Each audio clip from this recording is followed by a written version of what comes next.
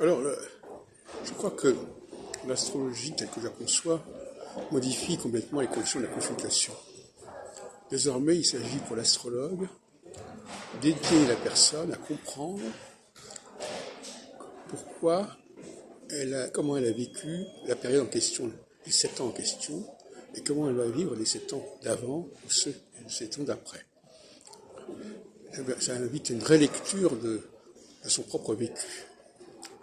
Par exemple, il y a des situations qu'on n'a pas forcément bien comprises sur le moment, forcément bien vécues sur le moment, et après, avec l'astrologie, on peut les comprendre.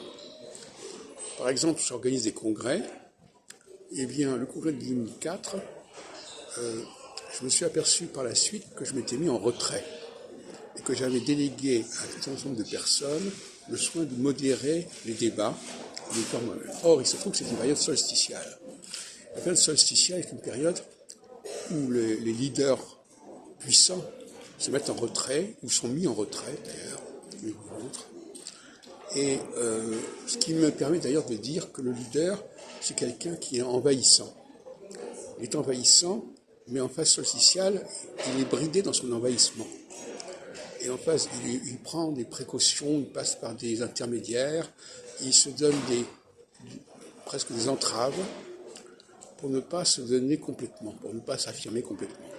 Par exemple, quand j'ai fondé le mouvement astrologique en 1975, je m'étais entouré de toute une équipe avec Catherine Aubier, Marielle Clavel, Jacqueline Mégulu, qui ont fait des réunions de conseil d'administration, ce qui par la suite, quand je suis passé en phase équinoxiale, n'avait plus beaucoup de sens. Donc on se met comme ça des entraves, on prend des collaborateurs qui vont se substituer à nous, on se met en retrait quelque part. Et justement, c'est l'occasion de dire que l'astrologie a beaucoup de rapport avec le charisme, beaucoup de rapport avec le leader, et qu'elle nous raconte la vie des leaders, les hauts et les bas des leaders. Un leader en phase solsticiale, il passe toujours un mauvais quart d'heure quelque part. En tout cas, il ne peut pas se donner pleinement, alors qu'en phase équinoxiale, il va pouvoir se déchaîner.